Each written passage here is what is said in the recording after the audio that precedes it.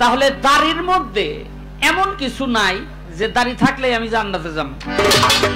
যদি দাড়ি থাকলেই জান্নাতে যাইতো তো আবু জাহেলি যাইতো, ওতবা যাইতো, সাহেবা যাইতো।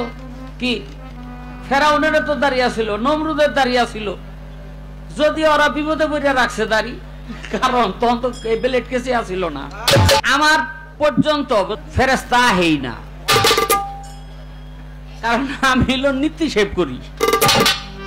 হ্যাঁ, তো এজন্য জানে যে ও লোক ভালো না, অরহনে গিয়া কায়দা করতারুন না, ও আইতে আইতে দেয় ও কাইতে দিছি, বুঝলেন? এই জন্য আমার কাছে আসেই না। আবার মনে মনে চিন্তা করি, আবু জেহেলেরও কিন্তু দাড়ি ছিল, ছিল কিনা? আবু জেহেলেরও দাড়ি ছিল, আবু লাহাবেরও দাড়ি ছিল, হ্যাঁ, উতবার দাড়ি ছিল, সাহেবার দাড়ি ছিল, এটি সব দাড়িওয়ালা।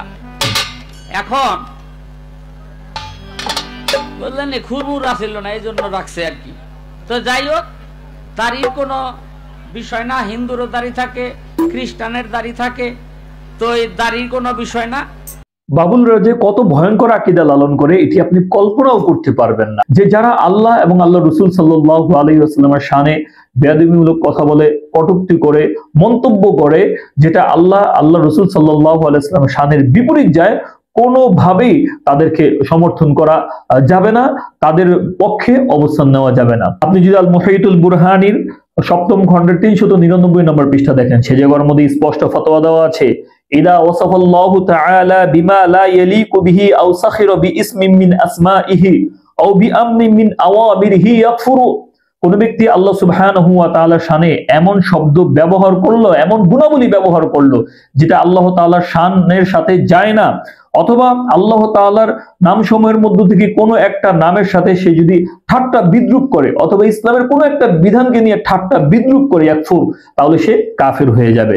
শুধু তাই না, আপনি যদি ফতোয়া হিন্দিয়ার 2য় খণ্ডের 259 নম্বর পৃষ্ঠাটা দেখেন, সে জায়গার মধ্যে ফতোয়া আসছে, ক্বালা আবু হাফস রাহিমাহুল্লাহু তাআলা মান নাসাবাল্লাহু তাআলা ইলাল জুরি ফাকাদ কাফারা। যে ব্যক্তি আল্লাহ সুবহানাহু ওয়া তাআলার দিকে মিথ্যার একটা সম্পৃক্ততা করলো, সে কুফরি করলো। আল বাহরুর রায়েকের 5ম খণ্ডের 125 নম্বর পৃষ্ঠার মধ্যে ইবনে নুজাইম আল মিসরি রাহিমাহুল্লাহ এমন ফতোয়া দিয়েছেন, শুনেন, খুলে দেখেন। সেখানে ইবনে নুজাইম রাহিমাহুল্লাহ তিনি বলেন, আল হাসিল, মূল কথা হচ্ছে, আন্না মান তাকাল্লামা বিকালিমাতিল কুফরি হাজিলান আও লাইবান ইয়াকফুরু ইনদাল কুল্লি। যে ব্যক্তি কোনো কুফরি কথা ইচ্ছায় বলুক, খেলার ছলে বলুক, ঠাট্টার ছলে বলুক, যেভাবেই বলুক, সে সকল ইমামদের নিকট সে কাফের হয়ে গেছে, এটার মধ্যে কোনো সন্দেহ নাই।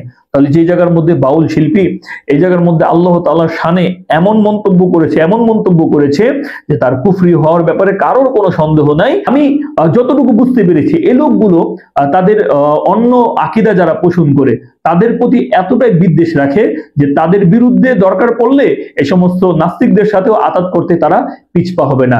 এই ধরনের এজেন্ডা হচ্ছে এই সমস্ত লোকদেরকে, আর তারাই আসছে আমাদেরকে ইহসান শিখাতে, ইসলামের সৌন্দর্য শিক্ষা দিতে।